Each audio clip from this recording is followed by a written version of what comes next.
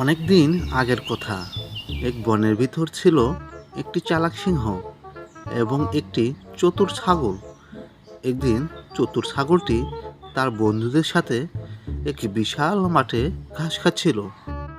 তখন চালাক সিংহ তাদের পাশ দিয়ে যাচ্ছিল।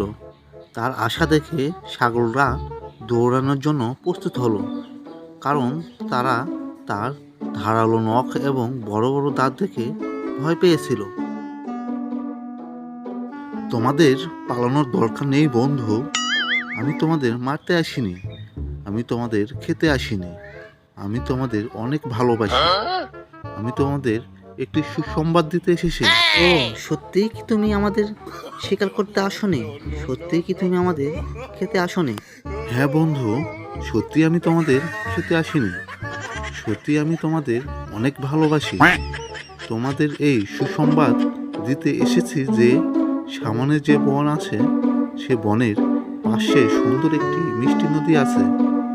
তোমরা এসে সেখান থেকে পানি পান করো না কেন? ছাগল মনে মনে ভাবতেছে যে তোকে বিশ্বাস করার চাইতে বিষধর সাপকে বিশ্বাস করা অনেক ভালো। সিংহ বন্ধু, আমার খুব পানি পিপাসা পেয়েছে। চলো, আমি তোমার সাথে মিষ্টি নদীর পানি খেতে যাব। ভাই, তুই ওর সাথে যাস না, তুই ওকে বিশ্বাস করিস না। তুই ওর সাথে গেলে ও তোকে একেবারে খেয়ে ফেলবে। ছাগল ভাই তাকে বারবার না করার পরেও বাঘের মিষ্টি মিষ্টি কথায় তার সাথে পানি খেতে চলে গেল।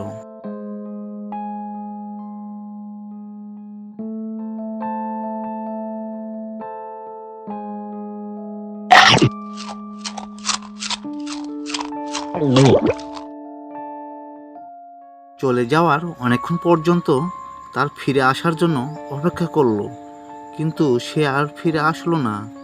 সে মনে মনে ভেবেই নিল যে সে ছাগলকে খেয়ে ফেলেছে। এই মাসে আমি আরও অনেক ছাগল খেয়ে ফেলবো, আস্তে আস্তে পুরো পালের ছাগল সাফ করে দিব। এইগুলো ভাবার পর সে পরিকল্পনা করতে লাগলো সবগুলো ছাগলকে কিভাবে খাওয়া যায়।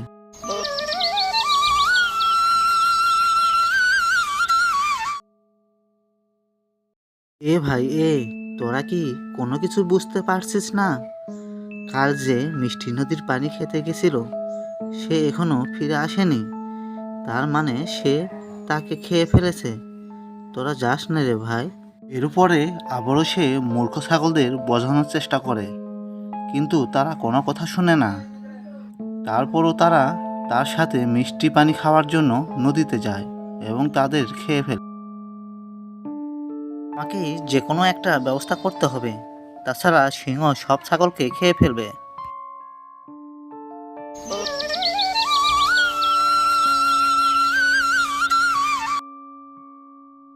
তাই সে সেখানে গভীর গর্ত করতে শুরু করলো।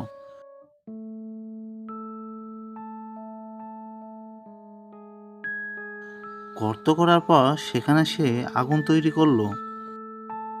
সেখানে সে কিছু খড়ি দিয়ে সেখানে ধোঁয়া তৈরি করলো। চালাক ছাগলেরা সেখানে সিংহের জন্য কিছুক্ষণ অপেক্ষা করলো। অপেক্ষা করার পর ওপাশ থেকে সিংহের ডাক আসলো। ছোট ছাগল ভাই, তুমি কোথায়? তুমি আমার সাথে আসো। মাঠের ওপারে মিষ্টি জলের নদী আছে, চলো আমরা সেখানে যাই পানি খেতে।